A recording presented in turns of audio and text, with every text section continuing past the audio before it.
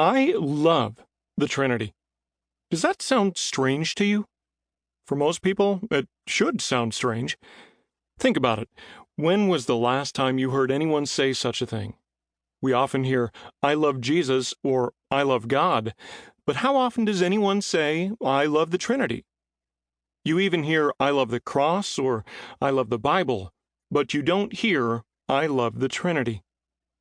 Why not?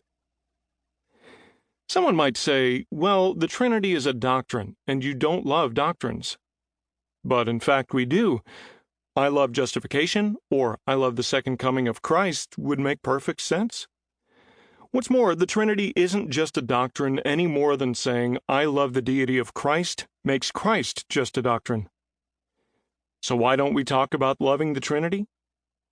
Most Christians do not understand what the term means and have only a vague idea of the reality it represents. We don't love things that we consider very complicated, obtuse, or just downright difficult. We are more comfortable saying, I love the old rugged cross, because we think we have a firm handle on what that actually means and represents.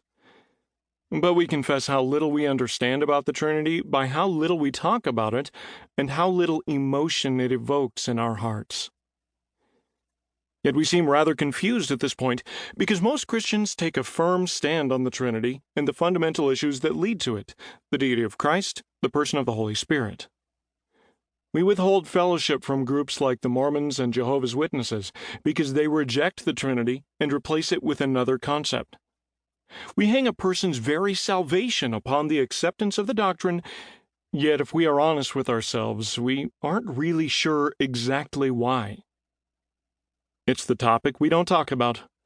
No one dares question the Trinity for fear of being branded a heretic, yet we have all sorts of questions about it, and we aren't sure who we can ask. Many believers have asked questions of those they thought were more mature in the faith and have often been confused by the contradictory answers they received. Deciding it is best to remain confused rather than have one's orthodoxy questioned, many simply leave the topic for that mythical future day when I have more time.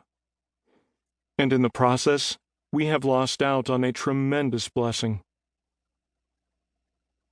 The blessing of the Trinity.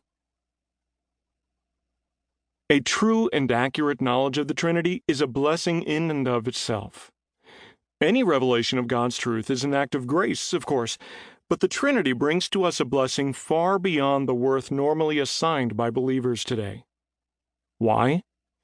Because, upon reflection, we discover that the Trinity is the highest revelation God has made of Himself to His people. It is the capstone, the summit, the brightest star in the firmament of divine truths. As I will assert more than once in this work, God revealed this truth about Himself most clearly and most irrefutably in the Incarnation itself, when Jesus Christ, the eternal Son of God, took on human flesh and walked among us. That one act revealed the Trinity to us in a way that no amount of verbal revelation could ever communicate.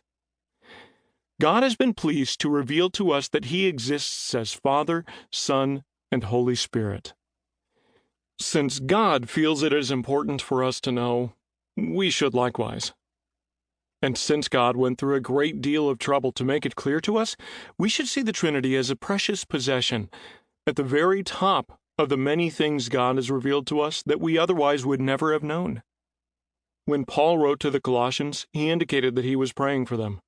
He did not pray that they would obtain big houses and fancy chariots. He prayed that they would be blessed by God in the spiritual realm with spiritual wealth. Note his words, that their hearts may be encouraged, having been knit together in love, and attaining to all the wealth that comes from the full assurance of understanding, resulting in a true knowledge of God's mystery, that is, Christ Himself, in whom are hidden all the treasures of wisdom and knowledge. Colossians chapter 2, verses 2 through 3. How is one rich spiritually? One is rich spiritually who has a full assurance of understanding.